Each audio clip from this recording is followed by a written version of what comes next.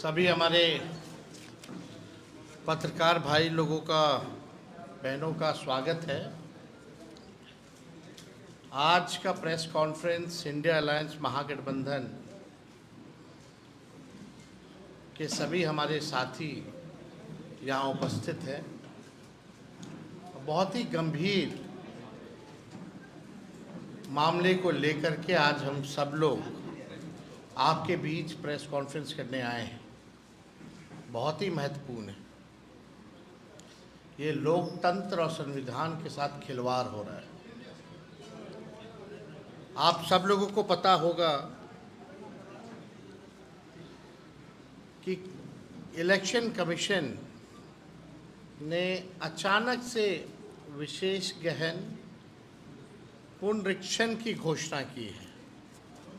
इसका ये मतलब है कि अभी जो पब्लिश हुआ था वोटर लिस्ट फरवरी माह में, जो फ्रेश घटाव जुड़ाव के बाद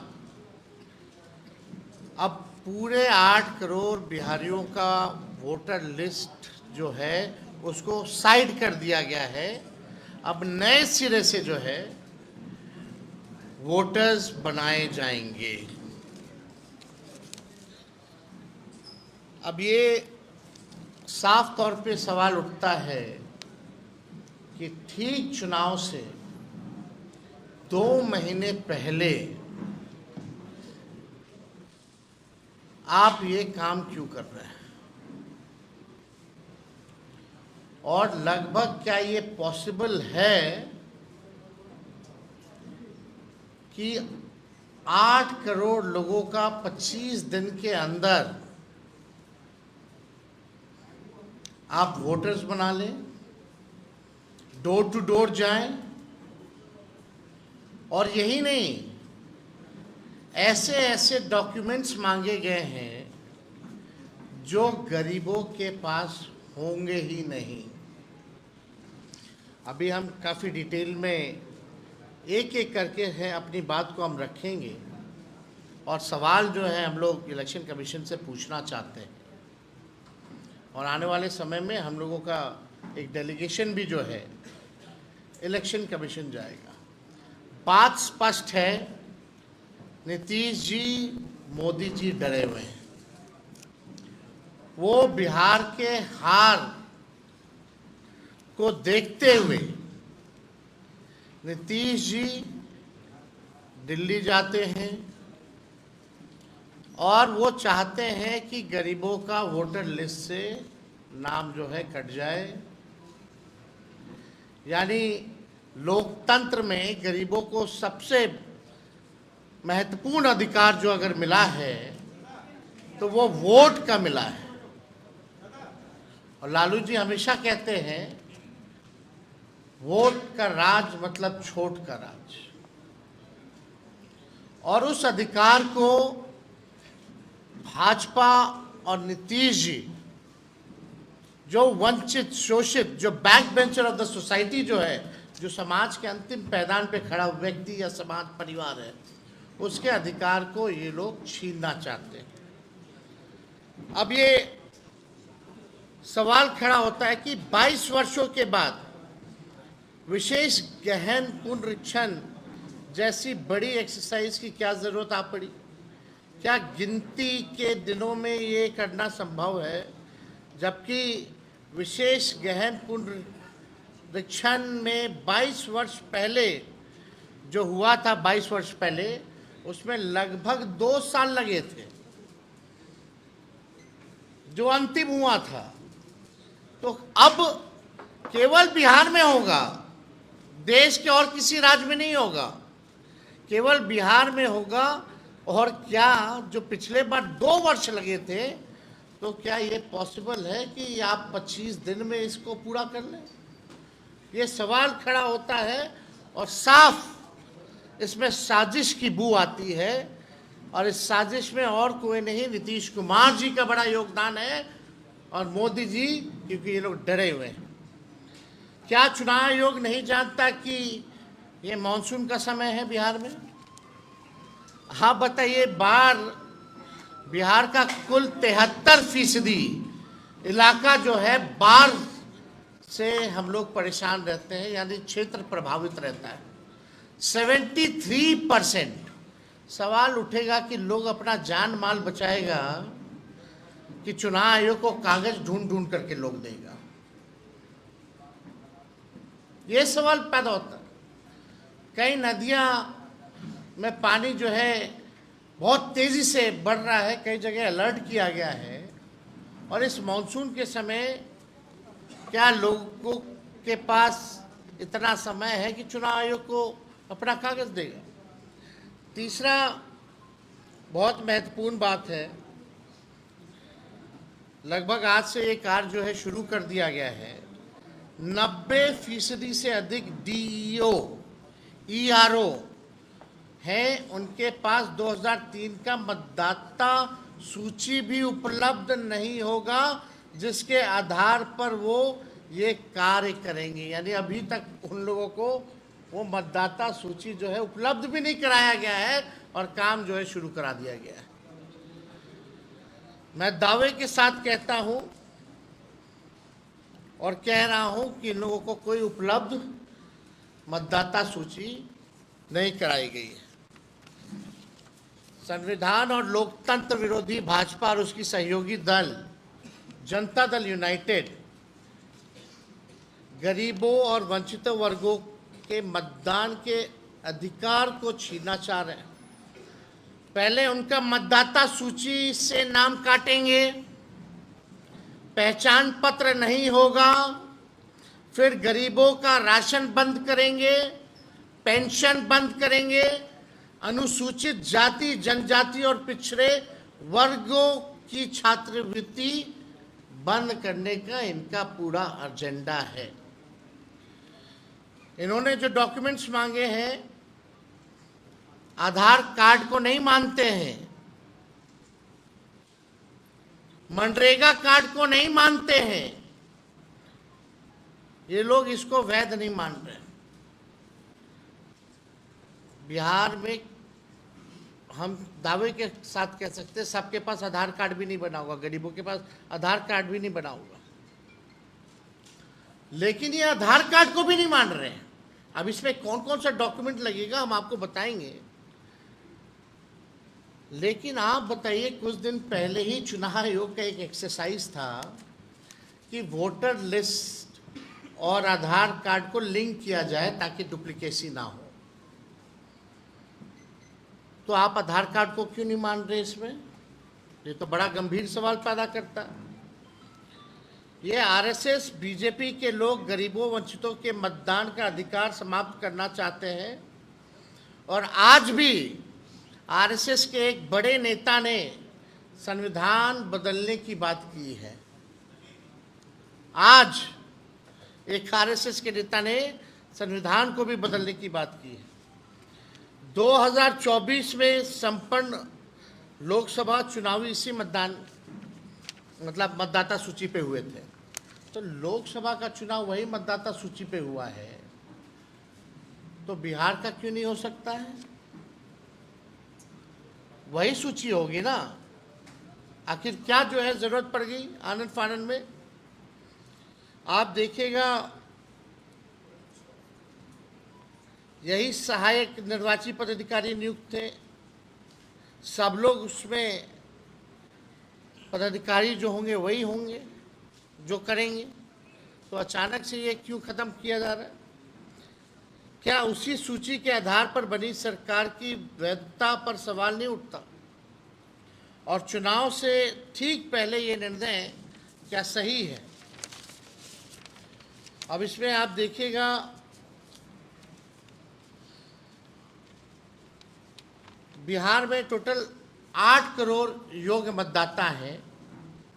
इनमें से 59% आबादी 40 वर्ष या उससे कम आयु की है, यानी लगभग 4,76,00,000 लोग निर्वाचन आयोग के निर्देश के अनुसार 1 जुलाई से 31 जुलाई 2025 के बीच इन 4,76,00,000 लोगों को अपनी नागरिकता को साबित करना पड़ेगा।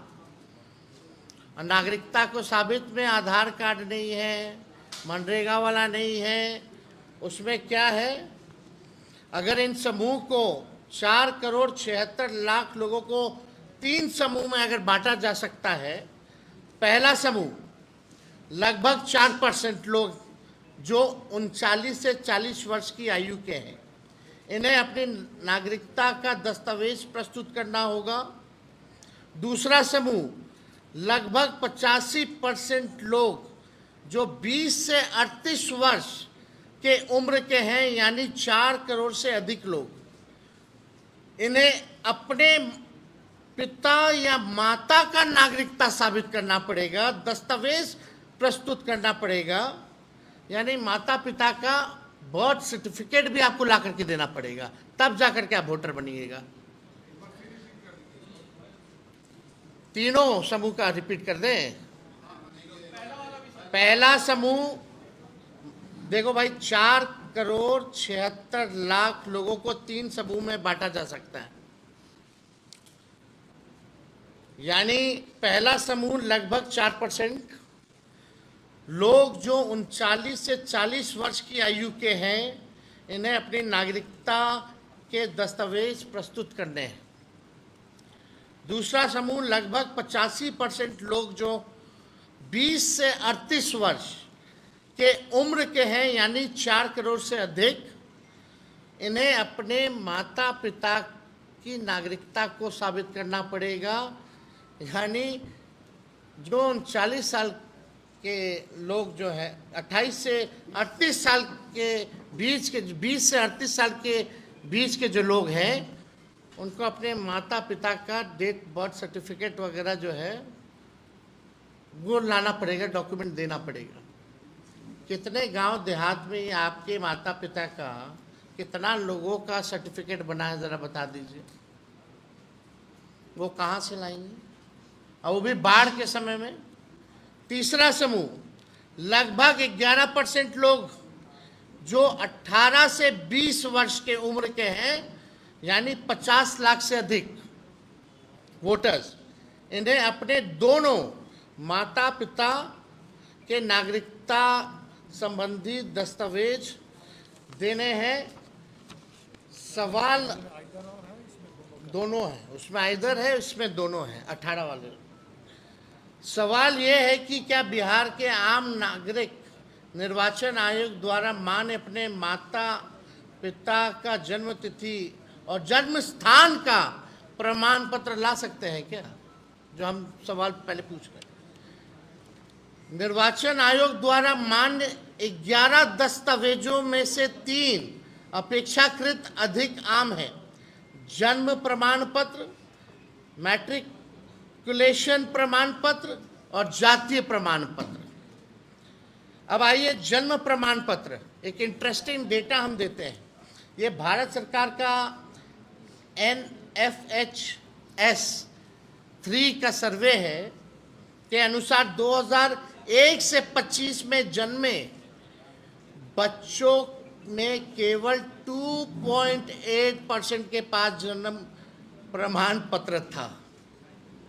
ये अभी का है, उनसे पहले हमारे माता पिता का तो छोड़ दीजिए कितना परसेंट होगा कि नहीं होगा।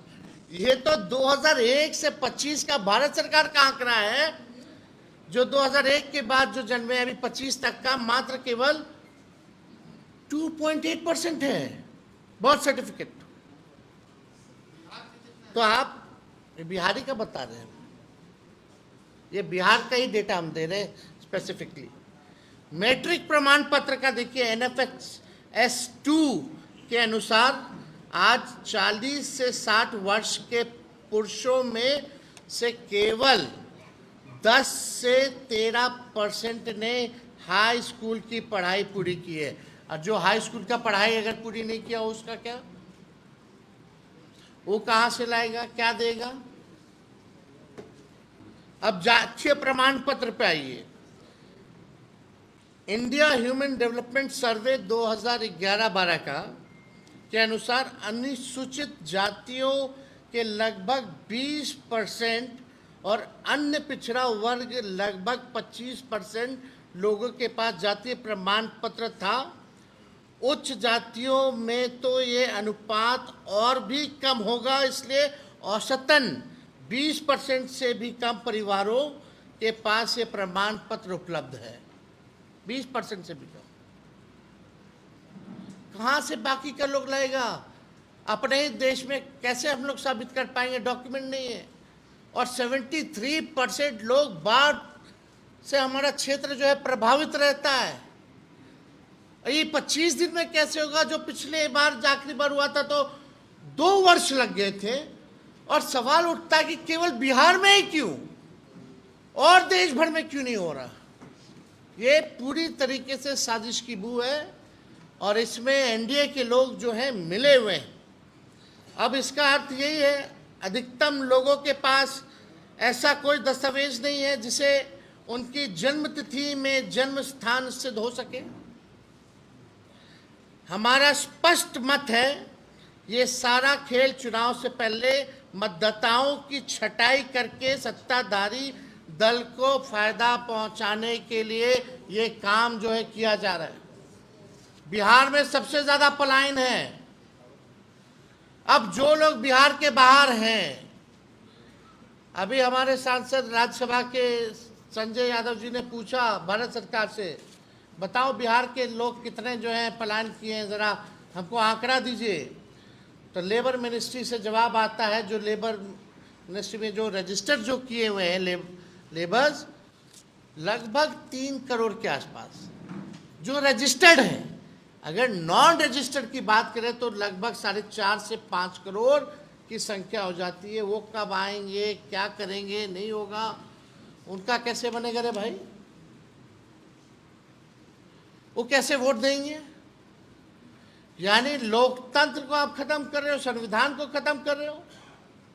आप गरीब वंचित समाज से जो लोग हैं, जिनका सदियों से आपने शोषण किया है, फिर से ही आरएसएस या भाजपा और नीतीश जी उनके सहयोगी शोषण करवा रहे हैं, वोट का अधिकार छीन रहे।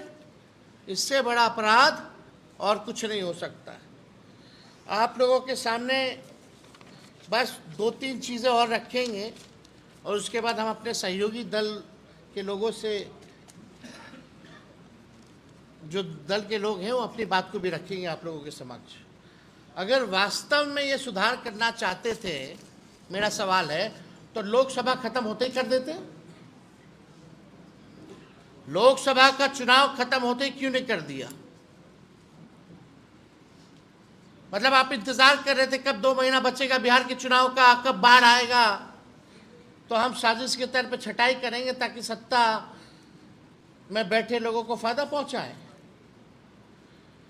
हम लोकतंत्र में विश्वास करते हैं, लेकिन किसी भी साजिशन बदलाव को बर्दाश्त नहीं किया जाएगा। हम लोग हर एक प्लेटफॉर्म पे हमारा इंडिया अलायंस महागठबंधन मजबूती के साथ लड़ेगा। हम जनता के साथ खड़े हैं। बिहार अलर्ट है, कोई कंफ्यूजन में ना रहे। बिहार के लोग राजनीतिक सामाजिक रूप से सबसे जागरूक प्रदेश है और ये साजिश को देखते हुए बिहार और हर एक बिहारी जो है अलर्ट है। ऐसा गलती मत कीजिएगा कि भुगतना पड़े।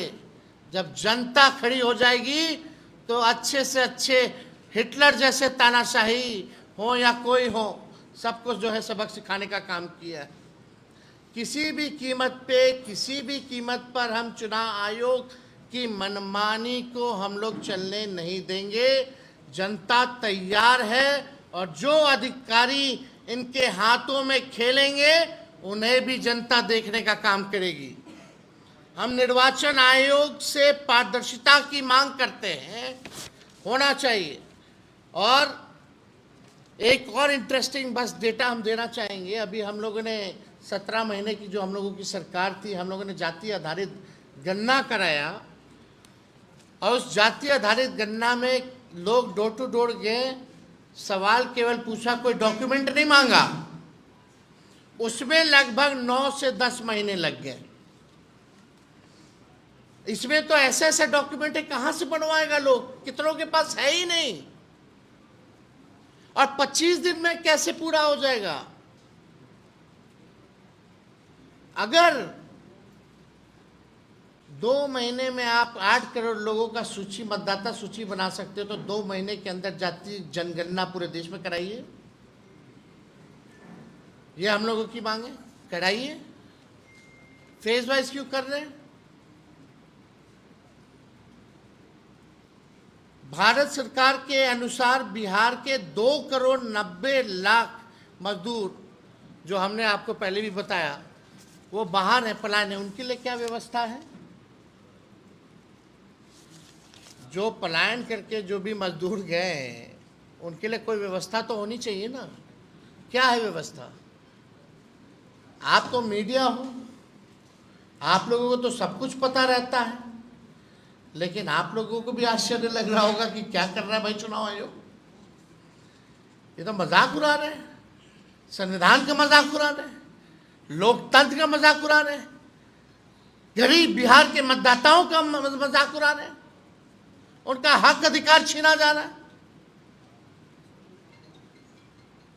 ये बहुत गंभीर मसला है, इसलिए इस साजिश को हम लोग सहन नहीं करेंगे। पूरा बिहार और बिहारी अलर्ट है, और हम चाहेंगे कि कांग्रेस के प्रदेश अध्यक्ष जो हैं अपनी बात को रखें। Thank you. हेलो, बहुत धन्यवाद तेजस्वी जी। मंच पर विराजमान आदरणीय दीपांकर भट्टाचार्य जी और मंचासीन हमारे इंडिया गठबंधन के तमाम अलायंस पार्टनर, मैं सबका अभिनंदन करता हूं, स्वागत करता हूं। यहाँ उपस्थित सभी इलेक्ट्रॉनिक्स मीडिया, प्रिंट मीडिया के साथियों को भी अभिनंदन करता हूं। जैसा कि विस्तार से हमारे तेजस्वी यादव जी ने आपको बातें कही, इसमें और इन मुद्दे को आगे बढ़ाते हुए भारतीय राष्ट्रीय कांग्रेस की तरफ से मैं 2-3 बातें आपके सामने रखूंगा। पहली तो ये बात है कि ये समझने की आवश्यकता ये है कि क्या ये चुनाव के समय मात्र 2 महीना रह गए हैं और लीगल तरीका से, जैसा कि महाराष्ट्र में अनलीगल तरीके से वोटर लिस्ट में ऐड किए गए थे और महाराष्ट्र के चुनाव अनलीगल तरीके से वोटरों को ऐड कर करके और पूरी वोट को प्रभावित किया, और उसी वोट के बदौलत महाराष्ट्र में एनडीए सरकार अपनी बनी। आप जैसा कि जानते हैं कि वहाँ एक शैक्षणिक इंस्टीट्यूशन में 6,000 लगभग वोटर वहाँ पढ़े, और वो साबित हो गया कि वहाँ पे अवैध तरीके से वोटर बनाया गया। अब ये बिहार में चुनाव है 2 महीना बाद, और जिस तरह से अधिसूचना 1 दिन पहले आई, आप सोच सकते हैं कि जो काम करने में जो है 22 महीना लगते हैं, 5 साल भी लगते हैं, उसको आप 2 महीना में कैसे करेंगे। तो इसको मैं महाराष्ट्र से जोड़ते हुए मैं 2 बात कहूँगा कि पहली तो ये कि महाराष्ट्र में आपने इलीगल तरीका से वोट को फ्लोटिंग वोट डाला, और बिहार में लीगल तरीका से वोटर को बाहर करना।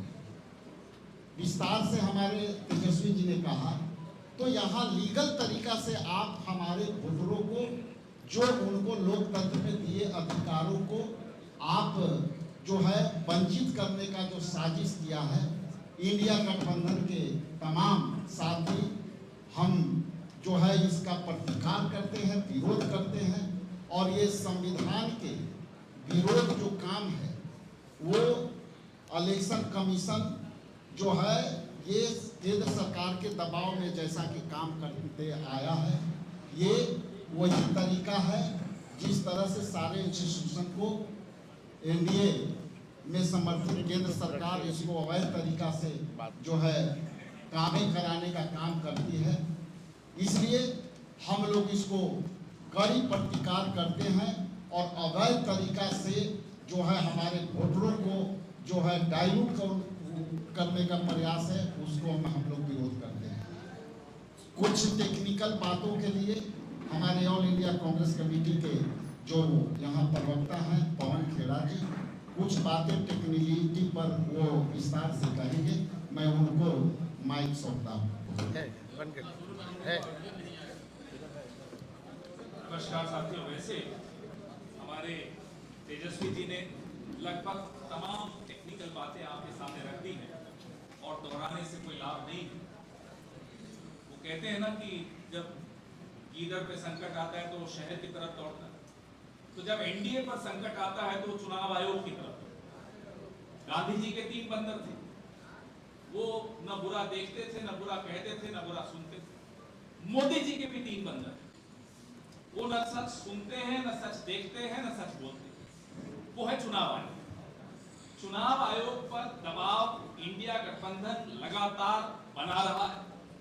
राहुल जी लगातार चिट्ठियां भी लिख रहे हैं, आर्टिकल भी लिख रहे हैं, खड़गे साहब ने उनको कठपुतली तक करार कर।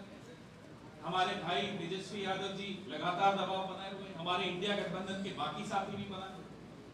जवाब भारतीय जनता पार्टी से आता है। सवाल चुनाव आयोग से पूछ रहे हैं, जवाब भारतीय जनता पार्टी से आता है। हम ये जानना चाहते हैं रिश्ता क्या कह रहा है, क्यों आप जवाब दे रहे? दीजिए जवाब, चुनाव आयोग सामने आए। फुटेज कहते हैं, वीडियो फुटेज, जो वोटिंग के दिन की वीडियो फुटेज है, अब वो नहीं दे रहे। 45 दिन उन्होंने मियाद कम कर दी। बोले साहब प्रिवेसी आ जाती है, वो हटा रहे हैं। क्यों हटा रहे? छिपाने को क्या है?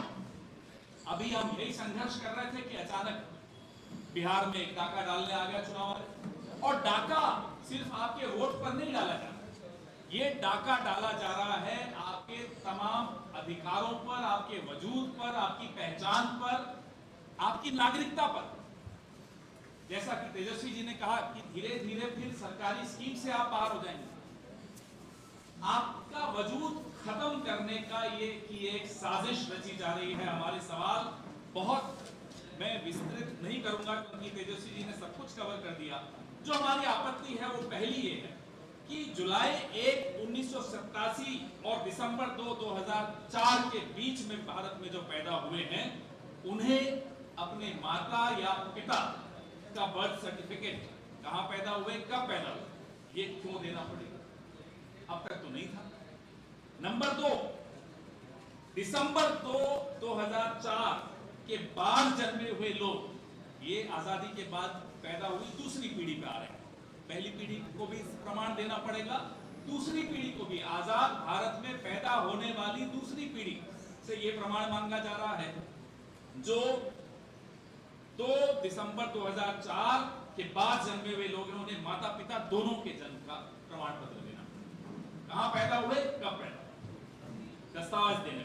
तीसरा, दिसंबर 2, 2004 के बाद भारत में जन्मे मतदाताओं को जन्मतिथि, जन्म स्थान स्थापित करने के लिए स्वयं का प्रमाण, सेल्फ अटेस्टेड प्रमाण देना।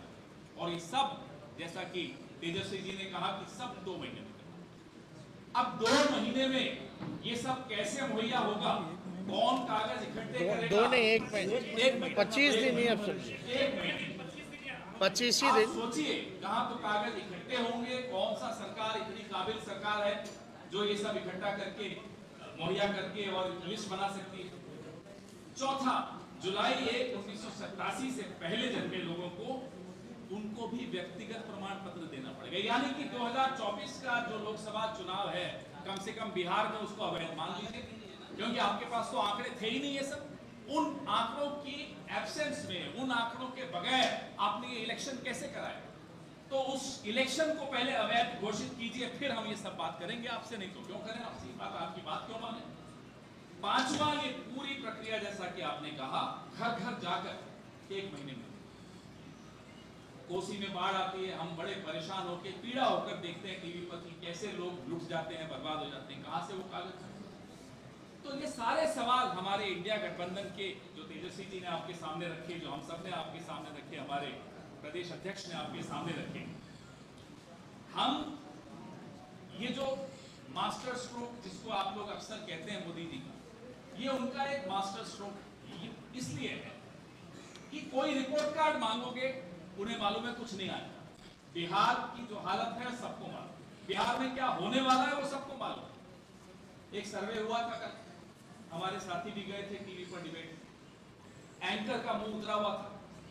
बोला क्यों मुंह क्यों उतरा? बोले सर्वे देखिए चुपचाप, टीवी शुरू होने से पहले, डिबेट शुरू होने से पहले उस सर्वे में मोदी जी और एनडीए की जो हालत है, ये सब उसी सर्वे, उसी हकीकत का नतीजा है कि चुनाव आयोग का टूल किट यहां सक्रिय कर दिया गया है। तेजस्वी जी माफ कीजिएगा, आप कह रहे हैं सिर्फ बिहार में हो रहा है। बिहार तो एक प्रयोगशाला है, ये लैबोरेटरी है, ये पूरे देश में करेंगे। ये पूरे देश में एससी, एसटी, ओबीसी, अल्पसंख्यक, तमाम ऐसे लोग, नौजवान सबसे ज्यादा, क्योंकि नौजवान सबसे ज्यादा दुखी है इन सरकारों से।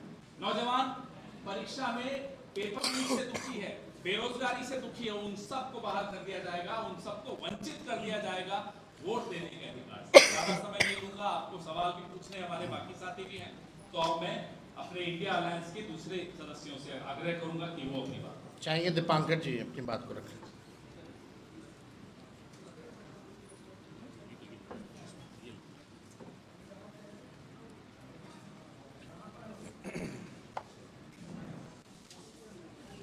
जो पहला सवाल खड़ा होता है, अचानक चुनाव आयोग ने घोषणा की, जो हम समझना चाहेंगे चुनाव आयोग से कि क्या चुनाव आयोग के दिमाग में पहले से ये बात थी कि बिहार के चुनाव से पहले पूरे सघन पुनरीक्षण के नाम पर 80 करोड़ 8 करोड़ मतदाता, उनके एक एक की जांच करेंगे, एक एक का पूरा जन्म प्रमाण पत्र लेंगे। अगर पहले से चुनाव आयोग की प्लानिंग में ये बात थी, तब दिल्ली में जो तमाम पार्टी के लोगों को बुला करके वर्कशॉप किया गया, तो सबसे बड़ा सवाल तो यही था। चुनाव की तैयारी के लिए सबसे बड़ा कार्यक्रम यही है, तो इसके बारे में एक बार कुछ कहा भी नहीं गया। पटना में मीटिंग बुलाई गई, कोई बात नहीं हुई। और अगर ये पहले से प्लानिंग था और उसको छुपा के रखा गया था, तो ये बेहद आपत्तिजनक है। और अगर ये कोई आफ्टर थॉट है, अचानक चुनाव आयोग के दिमाग में ये बात आई कि बिहार के चुनाव से पहले ये कर लिया जाए, इसका कारण क्या है? 1952 से हिंदुस्तान में चुनाव हो रहे हैं, 75 साल, और सैकड़ों चुनाव हो चुके हैं, और बिहार को प्रयोगशाला क्या, मैं तो कह रहा हूँ, गिनी पिग बनाया जा रहा है, बिल्कुल गिनी पिग बनाया जा रहा है। तो बिहार के, हमें लगता है कि ये किसी पार्टी का सवाल नहीं है, हर नागरिक का सवाल है। हर नागरिक का ये सवाल उठना चाहिए कि भाई इसका मतलब क्या है। इसकी अगर हम तुलना करें, पैरेलल ड्रॉ करें, तो नोटबंदी, अब इसको कह सकते हैं कि वोटर बंदी, वो डीमोनेटाइजेशन था, ये डी वोटराइजेशन है। नोटबंदी में आपने 500 और 1000 के नोट बर्बाद किया एक समय। इसमें आप कह रहे हैं कि तमाम मतदाता, इस समय मतदाता सूची का कोई मतलब नहीं है, नए सिरे से मतदाता सूची बनी। चुनाव तो वो होता है जिसमें मतदाता सरकार का चुनाव करती है। अब लग रहा है कि मतदाता का पहले चुनाव किया जाएगा। आप मतदाता होने लायक है कि नहीं है, ये मतदाता को चुनने का काम ये चुनाव आयोग को किसने किया? चुनाव आयोग को तो काम ये है कि भाई चुनाव आयोग हिंदुस्तान में हर जो 18 साल से ऊपर वाला कोई छूटे नहीं, ये देखना चुनाव आयोग का काम है कि कोई मतदाता छूटे नहीं। और उसके बाद जब चुनाव हो, साफ सुथरा हो, सब लोग वोट डाल सके और एक एक वोट की सही ढंग से गिनती हो, ये तो काम है चुनाव आयोग। ये मतदाता चुनने का काम मतदाता को साबित करना होगा। इस देश में आज तक कभी हुआ है कि मतदाता को साबित करना होगा कि हम इस देश में पैदा हुए हैं और करना है हमें? और ये जो आंकड़े मांगे जा रहे हैं, जो सबूत मांगे जा रहे हैं, बर्थ सर्टिफिकेट, तो इस देश में जन्म और मौत का पंजीकरण का कानून है। ये जिम्मेदारी किसकी है? जनता सहयोग करती है, ये तो सरकार का काम है। अगर आपको लगा कि हिंदुस्तान में सारे बर्थ को हम रिकॉर्ड कर लेंगे, अभी तक नहीं हुआ है, इतना बड़ा डेफिसिट है, कर लेते देश में कोई एक विशेष योजना लागू करते कि भाई हम घर घर जा करके सबके बर्थ सर्टिफिकेट, बर्थ रिकॉर्ड उसको दुरुस्त करेंगे, कहाँ पैदा हुए, कब पैदा हुए, सारे रिकॉर्ड हम दुरुस्त करेंगे देश में। अगर ये सरकार का है तो उसका चुनाव से कोई लेना देना नहीं है। अगर बर्थ एंड डेट के रजिस्ट्रेशन, स्टेटिस्टिकल कोई एक तरह का रैशनलाइजेशन करना चाहते हैं, अपडेटिंग करना चाहते हैं, ये अगर स्टेटिस्टिकल अपडेटिंग का सवाल है तो उसको चुनाव से क्यों जोड़ा जा रहा है? तो हमें तो लगता है कि बिल्कुल बात साफ है कि 1 महीने के अंदर ये सवाल ही नहीं पैदा होता, ये चुनाव आयोग को मालूम है। It's a logistical nightmare, logically completely absurd. तो इतने एब्सर्ड बात, तो क्या लग रहा है कि बिहार में हम कुछ भी बात कर देंगे, कोई कुछ बोलेगा नहीं? कोई भी एब्सर्ड बात कर दो, ऐसा प्रयोग बिहार के साथ करो जिसमें पूरे बिहार के मतदाताओं के लिए, बिहार तो वो प्रदेश है जहां लड़ करके लोगों ने जान की बाजी लगा करके वोट डालना शुरू किया। बिहार के गरीबों ने, हमारी पार्टी उसी आंदोलन से आगे आई है जहां गरीबों के वोट डालने का अधिकार नहीं था, बूथ कब्जा के खिलाफ लड़ करके एक एक वोट, तो एक एक वोट, उसके पीछे कितना बड़ा संघर्ष रहा है। संविधान में तेजस्वी ने बिल्कुल सही कहा, संविधान के 75 साल पूरे हो रहे हैं, और बाबा साहब ने तो बल्कि ये भी उनकी चिंता थी, ये जो 1 वोट 1 वैल्यू, इतना ही हम कर पाए संविधान में। उनकी तो चिंता ये थी कि देश में अगर सामाजिक आर्थिक गैर बराबरी बढ़ेगी तो वोट की बराबरी का कोई खास मतलब नहीं रह जाएगा। लेकिन आज आप वोटर लिस्ट से भी लोगों को बाहर कर देना चाहते हैं। वो सबसे जो बुनियादी अधिकार संविधान ने हमें दिया, एक वोट डालने का, और दलितों गरीबों के लिए, पिछड़ों के लिए, आदिवासियों के लिए आरक्षण का अधिकार, ये दोनों बुनियादी अधिकार आप लगातार खत्म कर रहे हैं, छीन रहे हैं। और बेहद हमें लगा कि आपातकाल के 50 साल पूरे हुए, इन लोगों ने एक नाम दे दिया आपातकाल को मनाने के लिए, संविधान हत्या दिवस। और शायद चुनाव आयोग को लगा कि हमें भी आपातकाल मनाना चाहिए। और इससे बड़ा संविधान हत्या का काम क्या हो सकता है कि चुनाव से पहले ये वोट डालने के जब अधिकार है, बुनियादी अधिकार, उसको ही कटघरे में खड़ा कर दिया जाए, उसको खतरे में डाल दिया जाए। तो मैं तो समझता हूँ कि संविधान हत्या का सबसे बड़ा कदम इस देश में अगर आज तक कभी उठा है, वो इस चुनाव में, इस चुनाव आयोग के जरिए ये उठाया जा रहा है। तो बेहद आपत्तिजनक है, बेहद चिंताजनक है। हमने पहले ही चुनाव आयोग को लिख के दिया, हम सब लोग मिल करके भी लिख के देंगे, मिलेंगे, और हर मोर्चे पर बिल्कुल लड़ाई होगी। ये मजाक, बिहार के चुनाव को चौपट हम होने नहीं देंगे, बिहार के चुनाव का मजाक बनाने हम बिल्कुल नहीं देंगे। ये पूरे बिहार के लोगों ने तय कर लिया, हम लोग सबके पास जाएंगे, हम भी घर घर जाएंगे, हम भी घर घर जाएंगे, और जा करके इस चुनाव को बचाने के लिए, लोकतंत्र की रक्षा के लिए, संविधान की रक्षा के लिए लड़ेंगे। और वीआईपी पार्टी के हमारे प्रवक्ता। बहुत बहुत धन्यवाद आदरणीय तेजस्वी यादव जी, गरीबों की आवाज रखने वाले आदरणीय दीपांकर भट्टाचार्य जी, बड़े भाई पवन खेड़ा साहब, राजेश राम जी, और सीपीएम और वाम दल के हमारे मजबूत गठबंधन के साथी। छोटी बात करूंगा आपसे।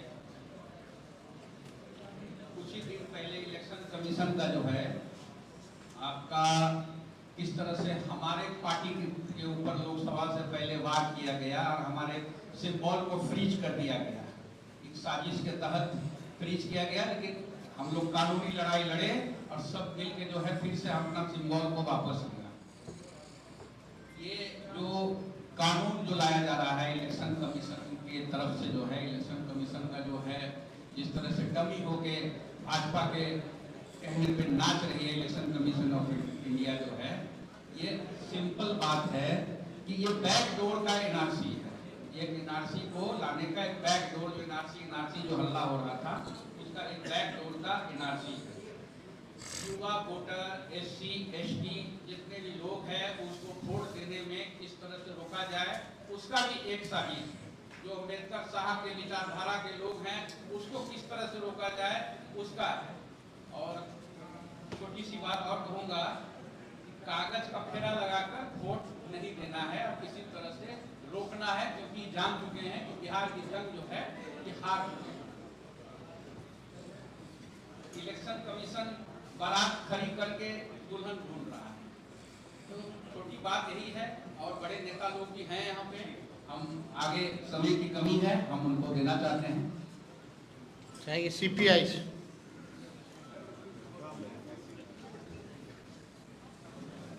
है।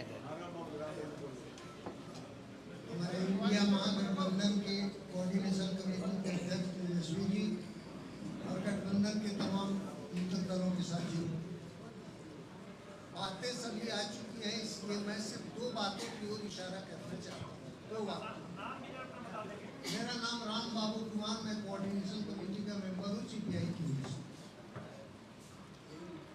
तो मित्रों, ये जो अभी गहन मतदाता पुनरीक्षण के नाम पर जो चीज चलाई जा रही थी, इसके बारे में बेवरेवार चर्चा तेजस्वी जी ने आपके सामने की है। ये बात असल में है क्या? तो ये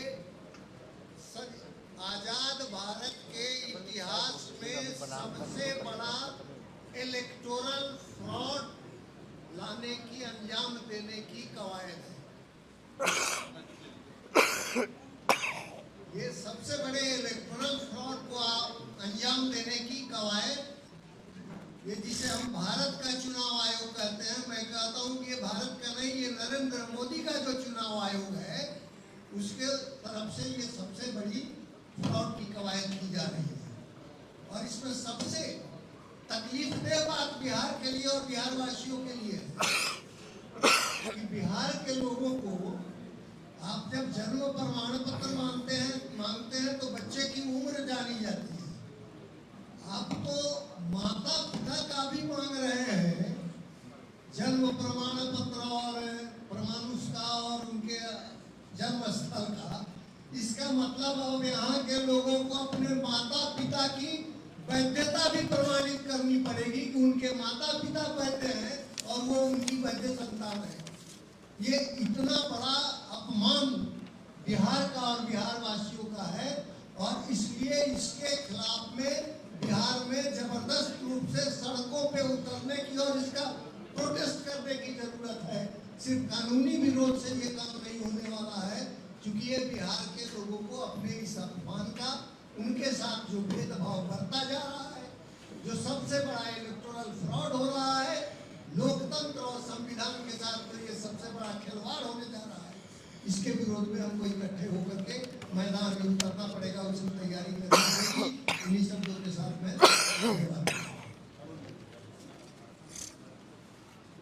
हमारे तमाम नेतागण और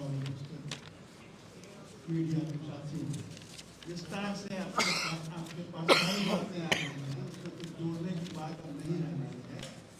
पिछले 11 साल जो मोदी की सरकार है, इसने जिस तरह से संवैधानिक संस्थाओं को पूरी तरह से उसका अपहरण कर दिया, वहाँ पर RSS में प्रशिक्षित लोग आज इसको मैन कर रहे हैं, और उनका जो एजेंडा है उस एजेंडा को, और एजेंडा सब लोगों से छिपा हुआ नहीं, वो एजेंडा है उनका जो गोलवलकर जी ने और सावरकर जी ने उनको बतला के कहा है, उस एजेंडा को लागू करना है, मनुस्मृति को लागू करना है। तो उसमें फिर ये आदिवासियों को, दलितों को, इन लोगों को वोट का अधिकार ही रह जाएगा, तो उनके सपने का भारत कैसे बनेगा? इसलिए वो अपने सपने का भारत बनाने के लिए बड़े पैमाने पर आम लोगों के जो वैधानिक अधिकार, संवैधानिक अधिकार हैं, जिसके जरिए हम सरकारें चुनते हैं, उस अधिकार से उनको वंचित किया जाए।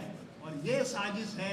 और बिहार में ये बात बगैर जो पॉलिटिकल पार्टीज हैं उसके सहमति के बगैर आपने घोषणा कर दी कि आप ये करने जा रहे हैं, और इस 1 महीने में 25 दिन में आप इस काम को पूरा करने जा रहे हैं। ये इतना बड़ा फ्रॉड है। हम तमाम लोग जो इस देश में जो कॉन्स्टिट्यूशनल फ्रेमवर्क है, उसका जो धर्मनिरपेक्ष जनतांत्रिक चरित्र है, उसकी हिफाजत के लिए सड़कों पर जाएंगे, संघर्ष करेंगे और ये काम नहीं होने देंगे। इनको इतिहास से सबक लेने की जरूरत है। अगर सबक नहीं लेंगे तो इनको बदलना पड़ेगा। धन्यवाद। बहुत बहुत धन्यवाद। कोई सवाल है तो पूछ सकते हैं, एक एक करके एक के पीछे। एक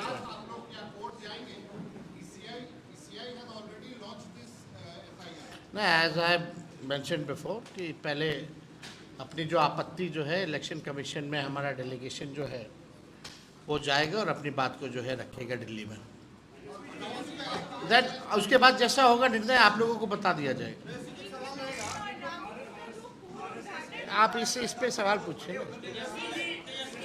जो मसला है SC ST OBC खत्म हो जाएगा, तो क्या इस मामले पर सुप्रीम ये आगे पहले वही जवाब जो उनको हमने दिया है वही जवाब आपको भी हम देते हैं। पहले इलेक्शन कमीशन डेलीगेशन जो हमारा इंडिया अलायंस का है वो जाएगा, अपनी बात को रखेगा। इलेक्शन कमीशन को इस मामले में क्या कहना है पहले वो देखा जाए। मेरे तरफ से पारदर्शिता होनी चाहिए और ये कैसे होगा, क्योंकि विपक्ष के सवालों को जो जवाब हम इलेक्शन कमीशन से ढूंढ रहे हैं, election commission should satisfy opposition, उनको सेटिस्फाई करना चाहिए। यही लोकतंत्र है ना।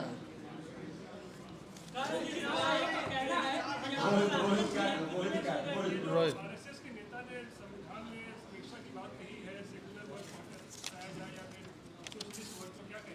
अब हम तो यही देखिए, ये आरएसएस और भाजपा वाला बड़ा भारी लोग चाहता कहाँ है संविधान रहे इस देश में। ये तो आरएसएस के लोग अपना एजेंडा चलाना चाहते हैं। अब लोकतंत्र कहाँ बचेगा जब वोटिंग का ही राइट अगर आप छीनने लगे तो लोकतंत्र ही खत्म है। प्रधानमंत्री जी विदेश जाते हैं, बोलते हैं कि हमारा डेमोक्रेसी के बारे में बात करते हैं। इसके बारे में जरा बात करेंगे कि प्रधानमंत्री मजाक उड़ाएंगे लोग देश का। ये क्या हो रहा है? 25 दिन में 8 करोड़ लोग का, वो भी ऐसा डॉक्यूमेंट। ये बात मेरी तेजस्वी की नहीं, हम तो जितने प्रिंट मीडिया हैं, हमसे जो गलती हो मत छापना, मेरी बात को मत छापना, लेकिन जो हकीकत है उसको जरूर आप लोग छापिएगा। ये आपके बारे में बात है, हमारे बारे में बात है, ये बिहार के हर एक लोगों के बारे में बात है कि आप फिर से आप जो है नया लिस्ट बनाइएगा वोटर का। क्या ये पॉसिबल है मानसून के समय, बाढ़ के समय, जब 73% क्षेत्र हमारा बाढ़ से प्रभावित रहता है? तो ये पूरी तरीके से आप देखिएगा, ये होश बोले हैं। हाँ, होश बोले। इन्होंने बोला जो प्रियम्बल्स जो हैं उसमें से सेकुलर शब्द और समाजवादी जो शब्द है उसको हटा देना चाहिए। कौन है भाई? देश की आजादी में क्या कुर्बानी है जो तुम देश के संविधान के बारे में बोल रहे हो? क्या कुर्बानी है? अंग्रेज के चमचे लोग अब हम लोगों को बताएंगे कि क्या करना चाहिए नहीं करना चाहिए। एक बार छू के तो दिखाओ संविधान को। संविधान के अनुच्छेद 326 और प्रतिनिधित्व अधिनियम 1950 का ही हवाला दिया जा रहा है चुनाव आयोग के द्वारा इस पूरी प्रक्रिया को लेकर के। सवाल यह है कि केवल समय सीमा को लेकर के आप लोग सवाल उठा रहे हैं। इस पूरी प्रक्रिया आपको हमने डेटा बताया ना, कितना लोग के पास कितना कागज है, वो भारत सरकार का ही सर्वे है। जिसके पास नहीं है वो कहाँ से लाएगा? हम तो कहे ना भाई कि लोकसभा के बाद ही करवाते हैं आप। ये 2 महीना इंतजार क्या करना था अचानक से? वो भी ठीक कहा दीपांकर जी ने। अभी सब ऑल पार्टी के लोगों को बुलाया गया था दिल्ली, वहाँ ट्रेनिंग दी गई थी। कार्यक्रम क्या होगा नहीं होगा उसमें इसका क्यों नहीं जिक्र किया गया? ये अचानक से ऑल ऑफ सडन, यानी कहीं से इलेक्शन कमीशन में फोन गया है भैया। हमारे बिहार के मुख्यमंत्री भागे हैं दिल्ली, हम हार रहे हैं, बचाइए, इज्जत बचाइए।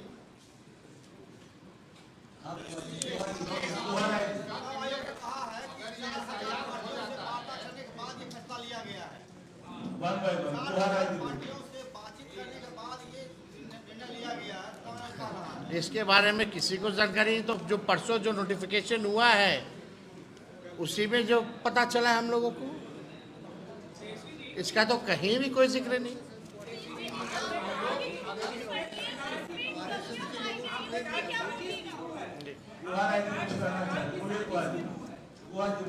सरकार की साजिश की है, फिर आप इलेक्शन कमीशन जाइएगा, वोट नहीं जाइएगा, तो भरोसा है इलेक्शन कमीशन? अरे पहले इलेक्शन कमीशन में हम अपनी बात को रखेंगे। Let us see what they reply. If we will be not satisfied, then we will tell you कि हमारा अगला कदम क्या होगा। लेकिन ये बात तो है कि बिहार के लोग अलर्ट हैं। ये अगर साजिश रच रहे हैं तो इनके साजिश का भी जवाब मिलेगा बिहार में।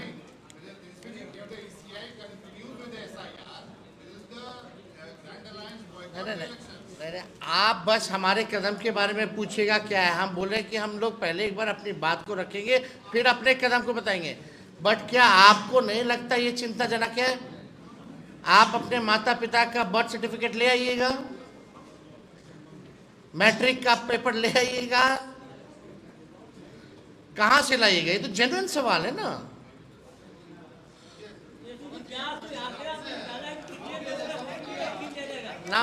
लास्ट क्वेश्चन अरे हम तो बता ही दिए।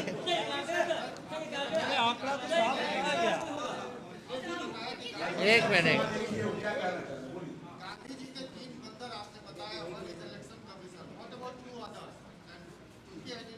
They are the election commissioners, 3 election commissioners. और बाकी भी है, ये डबल इंजन नहीं है, 4-5 इंजन डब्बे हैं पीछे, ईडी है, सीबीआई है, इनकम टैक्स है, इलेक्शन कमीशन है, तो ये 6 डब्बों की चल रही है सरकार। धन्यवाद सर। Thank you.